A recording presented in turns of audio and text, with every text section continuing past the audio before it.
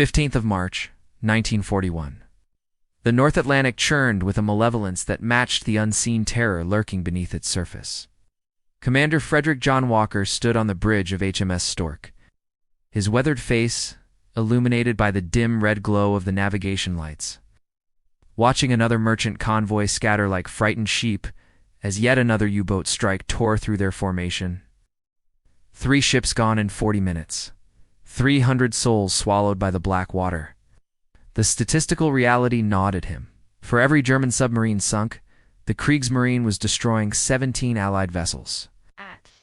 At this rate, Britain would starve before summer's end. Walker was no stranger to failure.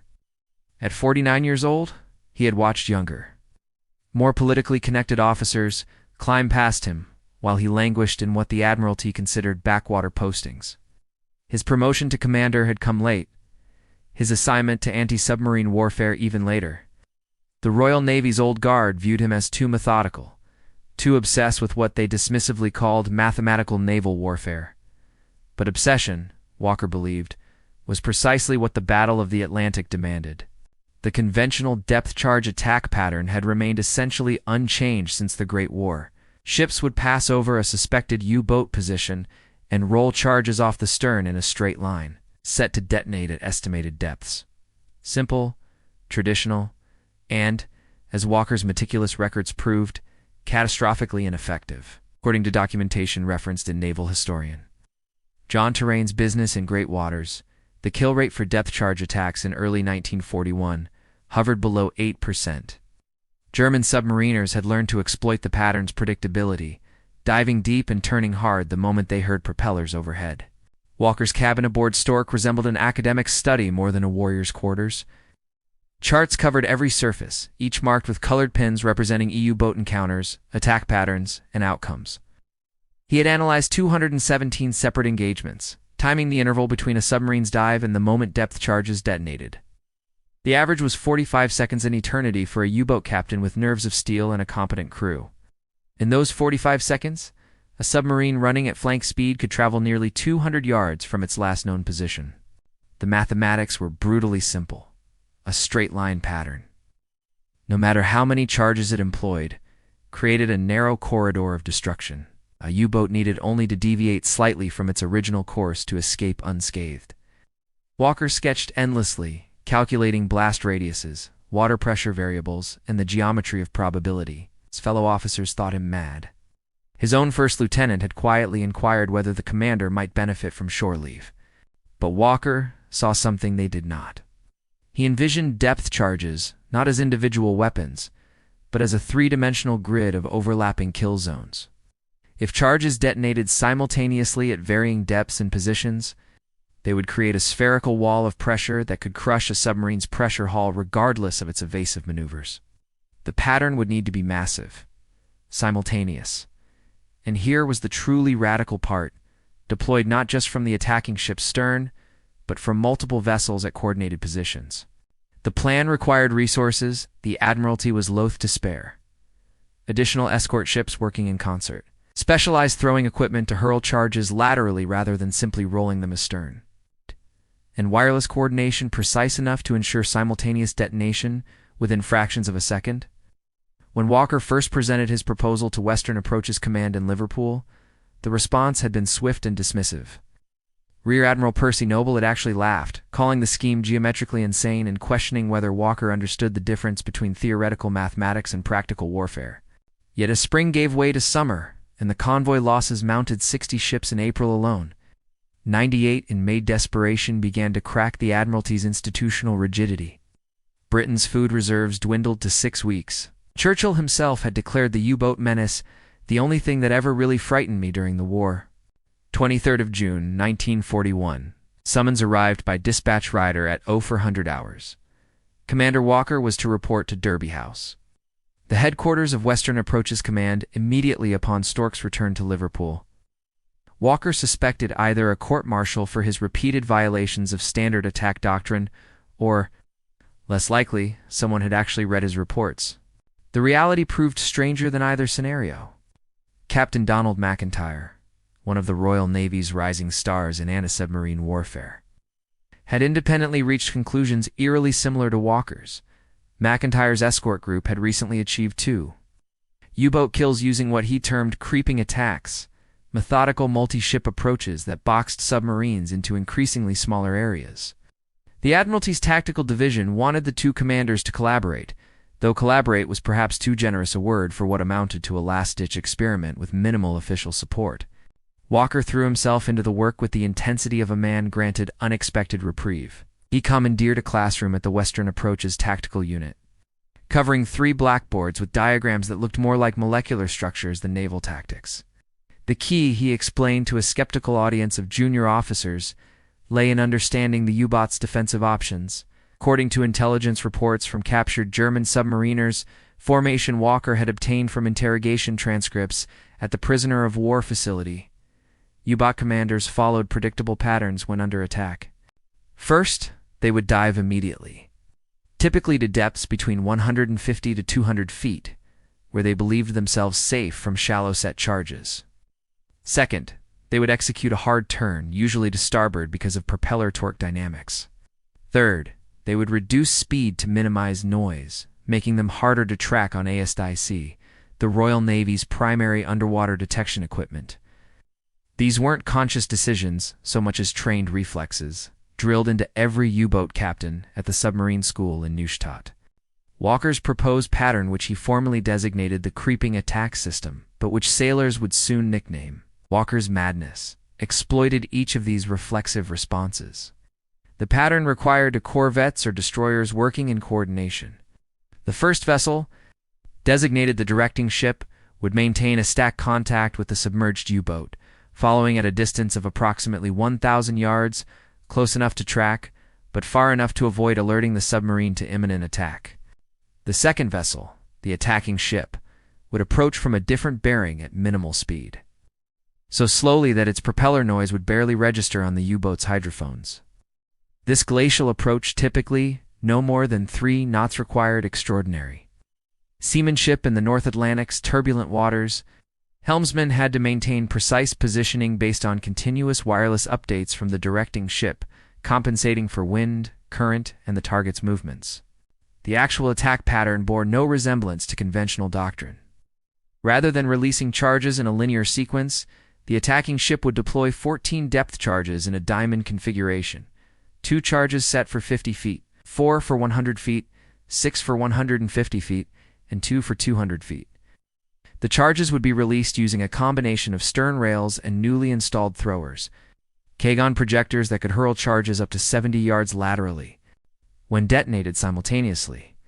These 14 charges created what Walker called a lethal envelope, a roughly spherical zone of overlapping pressure waves, measuring approximately 100 yards in diameter, according to Walker's calculations, referenced in documents from the Admiralty's Tactical School archives.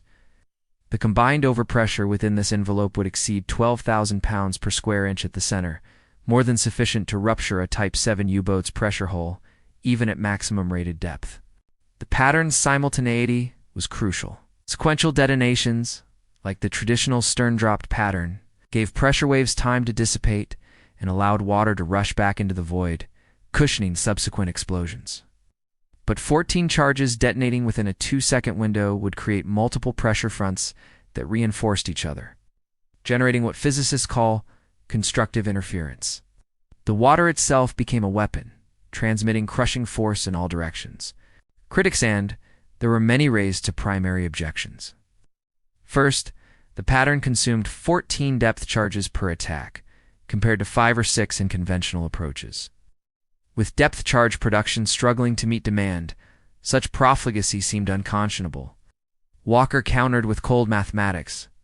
If the pattern doubled the kill rate, it would actually reduce depth charge expenditure per U-boat sunk by 30%. Second, the creeping approach left the attacking ship vulnerable for extended periods, sometimes 20 minutes or more, during which it moved at minimal speed and thus couldn't evade torpedo attack.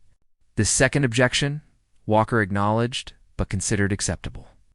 "We must choose," he wrote in a memo that would later become famous, "between the risk of losing 1 corvette and the certainty of losing 10 merchantmen." 17th of September, 1941. 8. Walker's opportunity came not through official channels, but through the grim mathematics of attrition. The second escort group, originally slated for a more experienced commander, had lost its designated leader when HMS Sabre took a torpedo amidships off Rockall Bank. Walker received his orders at dawn. He would take command of Stork and 5 corvettes: HMS Marigold, HMS Convolvulus, HMS Gardenia, HMS Penstman, and HMS Vetch with immediate effect. Their mission: shepherd convoy HG-73 from Gibraltar to Liverpool. The crossing began inauspiciously. 32 merchant vessels, laden with copper, cork, and iron ore from North Africa, wallowed through moderate seas under low clouds that reduced visibility to less than 2 miles. The convoy's commodore, a retired admiral named Cuthbert, made clear his skepticism about Walker's theoretical innovations during their pre-sailing conference. "I've been crossing this pond since before you were born, Commander," Cuthbert had said, jabbing a weathered finger at Walker's chest. "Fancy patterns don't sink U-boats. Depth charges do." For 3 days, Walker drilled his escort group in the creeping attack technique. The corvette commanders, most in their mid-20s, reservists from civilian life, approached the exercises with varying degrees of enthusiasm. Lieutenant Commander Roland Wemyss of Marigold grasped the concept immediately, having studied mathematics at Cambridge before the war. Others found the precise coordination and glacial approach speeds counterintuitive to every instinct that said attack with speed and fury. The Germans found them on the 4th night, 2200 hours. A brilliant flash erupted on the convoy's starboard quarter as U-433, commanded by Captain-Lieutenant Hanzai, put 2 torpedoes into the cargo ship Ariosto. The British vessel, carrying 7,000 tons of copper ingots, went down in under 4 minutes. Walker, on Stork's bridge, felt the familiar rage and frustration rise in his chest, then forced it down. Emotion, he had learned, was the enemy of effective tactics. Stork's ASDIC operator, able seaman Thomas Edwards, a former trawlerman from Grimsby, picked up the submarine's acoustic signature almost immediately. A skilled operator could distinguish U-boat screws from the convoy's merchant engines by subtle variations in pitch and rhythm. Walker issued rapid orders. Marigold would serve as directing ship, maintaining ASDIC contact while Stork executed the attack approach. What followed tested every assumption underlying Walker's mathematical theories. As Stork crept forward at 3 knots, barely maintaining steerage, the U-boat commander demonstrated why the Kriegsmarine had terrorized the Atlantic for 2 years. U-433 went deep. Deeper than Walker had anticipated. Day's SDIC readings suggested 250 feet, pushing the limits of a Type 7's crush depth. Then the submarine did something unexpected. Rather than turning to starboard, Captain-Lieutenant, I turned hard to port and actually increased speed, gambling that the British would assume a conventional defensive response. Walker, however, wasn't relying on assumptions. He was following the ASDIC operator's continuous readings, transmitted by wireless from Marigold. The beauty of the creeping attack was its adaptability, because the attacking ship moved slowly and maintained contact. Through the directing vessel, last-second corrections were possible. When Edwards reported the U-boat's port turn, Walker adjusted Stork's approach bearing by 15 degrees. At 2312 hours, Stork reached the release point. Walker gave the order. Pattern released. 14 depth chargers, 7 rolled from stern rails. 7 hurled by Kagun throwers arced into the black water. The crew counted down. 10 seconds. 9, 8. At the 7-second mark, the ocean erupted. Contemporary accounts, preserved in Stork's deck log at the National Archives in Kew, describe the detonations as a single prolonged explosion that lifted the stern clear of the water. The sea boiled white, throwing spray higher than the corvette's mast. Then, in the phosphorescent glow of the disturbed water, something no British sailor had seen in months: debris, planking, a boot. Oil, thick and black, spreading across the surface. The confirmation came minutes later, when a larger object broke the surfacer section of pressure hull, approximately 20 feet long, bearing the painted designation U-433. 21st of September, 1941. The wreckage of U-433 told a story that silenced even Walker's harshest critics. Royal Navy divers, working from a salvage vessel dispatched from Gibraltar, recovered enough of the submarine to piece together its final moments. The pressure hull had failed catastrophically at 3 separate points simultaneously. Precisely what Walker's overlapping charge pattern was designed to achieve. According to the salvage report archived at the Admiralty's historical section, the blast damage indicated detonations at multiple depths, creating what metallurgists termed coincident stress fractures.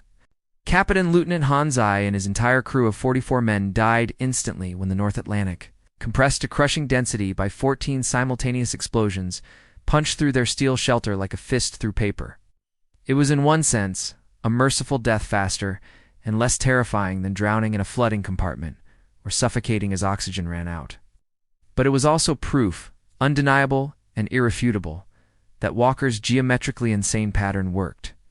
News of the kills spread through the Royal Navy's anti-submarine community with the speed of signal flags on a clear day.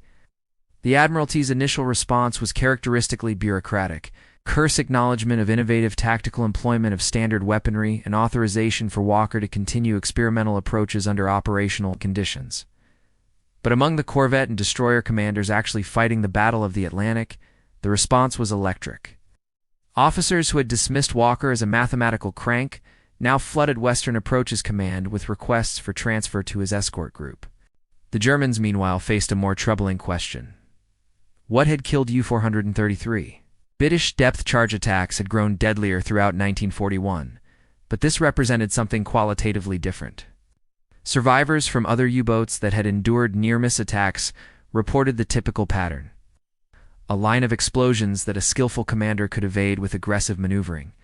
But the few hydrophone recordings recovered from U-boats that escaped Walker's subsequent attacks suggested something: unprecedented simultaneous detonations creating a sphere of destruction. Admiral Karl Dönitz, commanding the U-boat fleet from his headquarters in Paris, noted the changing tactical environment in his war diary entry for the 23rd of September.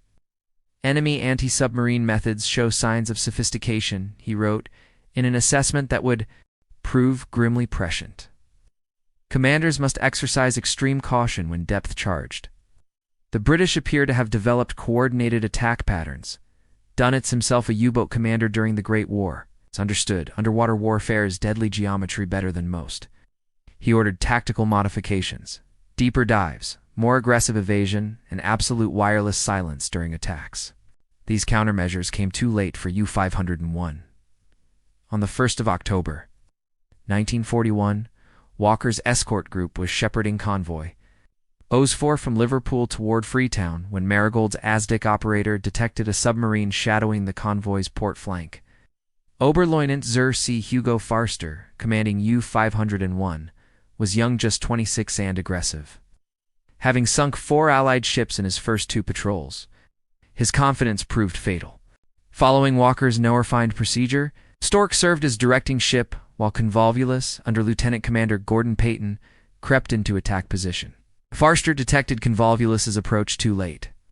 Executing a crash dive that took U-501 to 300 feet, dangerously deep, beyond the rated crush depth, but Farster gambled that the British wouldn't set charges for such depths. He gambled wrong.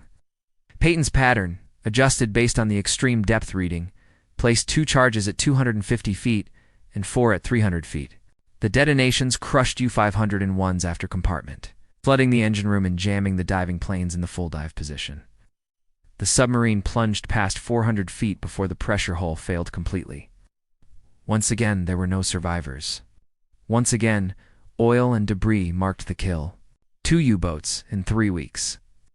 The news reached Winston Churchill during a War Cabinet meeting on the 3rd of October. The Prime Minister, who had been following Walker's unconventional career with interest, sent a personal memorandum to Admiral Noble. This officer is to be given whatever resources he requires. The U-boat must be defeated, and Commander Walker appears to understand how.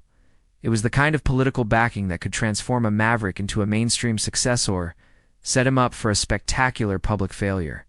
19th of October, 1941.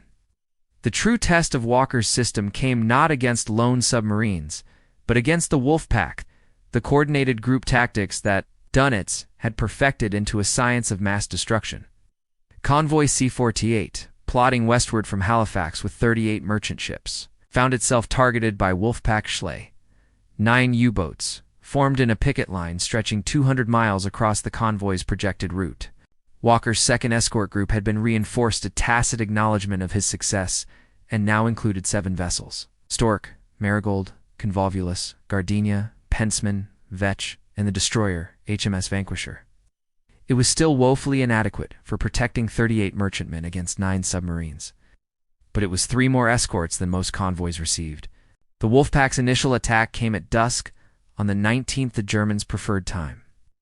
When the setting sun silhouetted targets while submarines remained invisible in the darkening water, U-432, commanded by Capitan Lieutenant Hermann Eckart, struck first, torpedoing the freighter Everla. The ship, loaded with timber from Nova Scotia, actually remained afloat for 90 minutes, its buoyant cargo keeping it on the surface, even as water flooded its holds. The crew had time to abandon ship in good order, rare mercy in the North Atlantic's unforgiving environment. But Eckart's success brought the Wolfpack swarming. Within 30 minutes, 4 more U-boats converged on the convoy, drawn by Eckart's sighting report transmitted on the secure Enigma frequency. This was the scenario Walker had wargamed repeatedly, multiple submarines attacking from different bearings, each capable of launching a spread of 4 torpedoes before diving deep. The conventional escort response was to scatter, each vessel chasing its assigned target, while the convoy fragmented into chaos. Walker chose the opposite approach. Keying his wireless transmitter, he issued rapid orders. Vanquisher and Gardenia would screen the convoy's van and flanks. Deterring surface approaches, the remaining 5 escorts would form hunter-killer pairs, with Walker himself coordinating their efforts from Stork's Bridge. It was essentially the creeping attack system scaled up to Wolfpack dimensions, turning the Germans' own coordinated tactics against them. The key was patience. Rather than rushing to depth charge every ASDIC contact, Walker's escorts would track submarines methodically, waiting for optimal attack positions, even if it meant allowing U-boats to maneuver for minutes at a time. The risk was enormous. Every minute spent setting up a perfect attack was a minute during which torpedoes might strike home. But Walker had done the mathematics. A hasty attack had an 8% kill probability. His pattern, when properly executed, had demonstrated 40% success rates in the past month's engagements. At 2100 hours, Marigold gained solid ASDIC contact on a submarine running submerged at 120 feet, bearing 090 degrees relative to the convoy. Walker detached Pensman to execute the attack, with Marigold maintaining the directing role. The U-boat, later identified as U-532 under Oberleutnant Klaus Bargstein, attempted the standard evasive pattern: deep dive, hard turn to starboard, speed reduction. Pensman's commander, Lieutenant Commander Jack Fiegel, had participated in every one of Walker's training exercises. His approach was textbook perfect: 3 knots forward speed, continuous course corrections based on Marigold's wireless updates, pattern released at the calculated optimal position. The detonations came at 2116 hours. This time, however, there was no immediate debris. The ocean boiled and settled. Oil appeared, always oil, but no conclusive evidence of a kill. Then, 40 seconds after the explosions, a different sound reached Pensman's hydrophone operator, the distinctive screech of tearing metal. Transmitted through water with crystal clarity, U-532's pressure hull, weakened by near-miss concussions, had failed during an emergency blow attempt. Bargstein had tried to surface, to save his crew, but the damaged hull couldn't withstand the rapid pressure change. The submarine broke apart at 180 feet. 22 men made it to the surface. 23 did not. The engagement lasted 7 hours. By dawn on the 20th of October, Walker's escorts had executed 11 creeping attacks against 7 different U-boats. 3 submarines were confirmed destroyed. 2 more were so heavily damaged that they were forced to break off and limp back to Lorient, effectively removed from combat for months. The convoy lost 5 merchantmen, a grievous toll, but less than half the expected casualty rate against a 9-boat Wolfpack. Dunitz, reviewing the battle reports from his surviving commanders, noted with alarm, British anti-submarine effectiveness has increased markedly. Attack patterns suggest coordinated tactics and possibly new weapons. 6th of November, 1941. The ornate conference room at Derby House held an audience Walker had spent his career dreaming of and simultaneously dreading. 16 senior officers, including Admiral Noble, and representatives from the Admiralty's Tactical Division, Anti-Submarine Warfare Department, and Research and Development Section, had assembled to hear Walker present his tactical innovations. Gone was the dismissive mockery of his earlier proposals. The room's atmosphere carried the brittle tension of institutional orthodoxy, confronting undeniable results. Walker had never been comfortable with public-speaking mathematics, and tactics were his languages. Not rhetoric, but he understood the stakes. His success needed to scale beyond a single escort group. The Battle of the Atlantic was being lost at an unsustainable rate. Over 300 Allied ships sunk in 1941, against fewer than 30 U-boats destroyed. If Walker's methods could be disseminated throughout the escort forces, the mathematics of attrition might finally tilt in Britain's favor. He began with the statistics, letting the numbers speak their brutal truth. In the period from 1st of September to 31st of October, the 2nd Escort Group conducted 17 depth charge attacks. 7 resulted in confirmed kills, 3 in probable kills, and 4 in heavy damage requiring the target to withdraw from combat operations.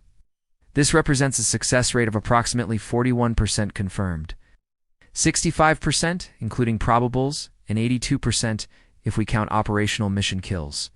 The silence that followed was profound. Captain Colin Jim Stevens, director of the Anti-Submarine Warfare Division, leaned forward. "Commander, you're aware that the service-wide average for the same period was 9% confirmed kills?" "I am aware, sir, and you attribute this improvement entirely to your modified attack pattern." "Not entirely, sir. 3 factors contribute. The pattern itself, the creeping approach that allows precise positioning, and crew training in coordinated wireless tactics. Remove any one element, and effectiveness drops significantly." What followed was 3 hours of detailed technical discussion. Walker demonstrated with scale models how the diamond pattern created overlapping pressure zones. He presented hydrophone recordings from attacks, showing the distinctive acoustic signature of simultaneous versus sequential detonations. He walked through the geometry of the creeping approach, explaining why slow speed paradoxically increased attack effectiveness, despite seeming to violate basic tactical doctrine about maintaining momentum and speed. The skeptics, and there were still skeptics, raised predictable objections. Commander Philip Vian, a conventional tactician of considerable reputation, argued that the pattern's complexity made it unsuitable for rapid training of new escort commanders. "You've demonstrated success with a hand-picked, extensively drilled group," Vian said. "But we're commissioning new corvettes every fortnight, crewed by reservists who've never seen a submarine except in newsreels. They need simple, robust tactics, not mathematical puzzles." Walker had anticipated this argument. "Sir, with respect, the issue isn't complexity, but novelty. Once internalized, the creeping attack becomes as instinctive as any other tactical procedure. Lieutenant Commander Fiel executed a perfect attack during the SC-48 engagement while under torpedo attack himself in darkness, with damaged wireless equipment. The pattern held because the underlying geometry is sound." The debate continued through lunch and into the afternoon. 2 camps emerged: progressives who saw Walker's methods as the potential solution to the convoy crisis, and conservatives who worried about disrupting established procedures during wartime.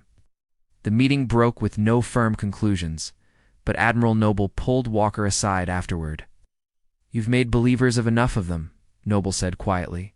"We'll authorize expanded trials. We'll receive 8 more escort vessels and permission to establish a training program at Tobermory.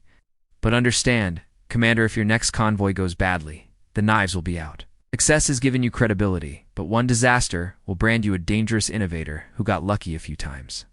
Walker understood perfectly. He had moved from the periphery to the spotlight, and spotlights illuminated failures as brilliantly as they did successes. The training program began on the 15th of November at the Royal Navy base at Tobermory. On the Isle of Mull, Walker insisted on teaching the course himself, despite having command responsibilities. Over 3 intensive days, escort commanders learned the creeping attack through repetition and simulation. Walker had arranged for a retired submarine, HMS H-31, to serve as a mobile training target. Commanders practiced the painstaking approach, the wireless coordination, the split-second timing of pattern release. Not everyone succeeded immediately. Lieutenant David Eames, assigned to the newly commissioned corvette, HMS Arbutus, struggled with the slow-speed ship handling required for the approach. On his fourth practice run, Eames lost control in a quartering sea and nearly rammed the submarine. Walker, watching from Stork, transmitted a message that became legendary in escort circles. Eames, your mathematics are perfect, and your ship handling resembles a drunken walrus. We'll work on the latter. By the end of the training period, Eames had mastered the technique and would go on to sink to U-boats the following spring. 3rd of December, 1941. Winter in the North Atlantic transformed the Battle of the Atlantic from a strategic challenge into a test of human endurance. Waves 40 feet high, winds exceeding gale force for days at a time, visibility measured in yards rather than miles. These conditions would have been dangerous enough without enemy submarines hunting in the darkness. The smaller corvettes, designed for coastal work and pressed into ocean convoy duty through desperate necessity, pitched and rolled with such violence that crews couldn't sleep, couldn't eat, couldn't remain at their stations without lashing themselves in place. Walker's expanded 2nd Escort Group now numbered 15 vessels, making it one of the largest dedicated anti-submarine formations in the Royal Navy.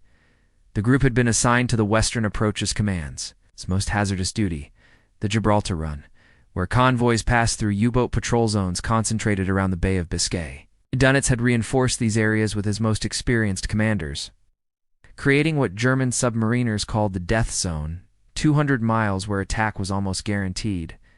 On the 5th of December, convoy HG-76 departed Gibraltar, 32 merchantmen carrying war materials from North Africa and the Mediterranean.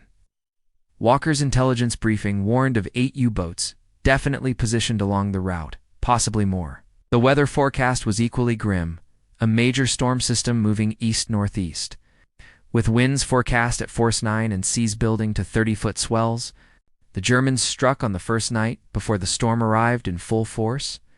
U-537, commanded by Capitan Lieutenant Peter Shrew, torpedoed the cargo ship Rucking at 2200 hours. The vessel's bow disintegrated, and she went down in 4 minutes. The destroyer HMS Stanley, on the convoy's port flank, picked up 17 survivors from the freezing water. Walker immediately implemented his tactical response, rather than charging toward the torpedo track in the traditional counterattack. He positioned 3 escorts Stork, Marigold, and Convolvulus, a triangular formation around the estimated attack position. The triangle's geometry allowed simultaneous ASTIC coverage from multiple bearings, making it nearly impossible for a submarine to slip away undetected. Convolvulus gained contact first, a solid echo at 1,000 yards. Bearing 270 degrees, depth estimated at 150 feet. But before Walker could initiate a creeping attack, the storm arrived. Within 15 minutes, wind speed doubled, seas turned chaotic, and visibility dropped to near zero. The carefully choreographed coordination that made Walker's pattern so effective suddenly became nearly impossible to execute. Walker faced a grim choice: attempt the attack in conditions that made precise wireless coordination and slow-speed maneuvering extremely hazardous, or break off and accept that U-537 would remain a threat to the convoy. He chose to attack. "If we wait for perfect conditions," he said to his first lieutenant, "the submarines will sink every ship we're meant to protect." The engagement that followed tested every assumption about Walker's system. Marigold, serving as directing ship, fought to maintain a stick contact as 30-foot swells lifted her hull partially clear of the water, causing the ASTIC dome to lose contact during each wave trough. Stork, creeping forward at 3 knots, struggled to maintain steerage as quartering seas pushed her bow off course. On the bridge, Walker compensated manually, issuing rapid helm corrections based on his intuitive grasp of the submarine's likely position. At 2332 hours, Stork released her pattern. The detonations came irregularly. The storm had scattered the depth charges during their descent, disrupting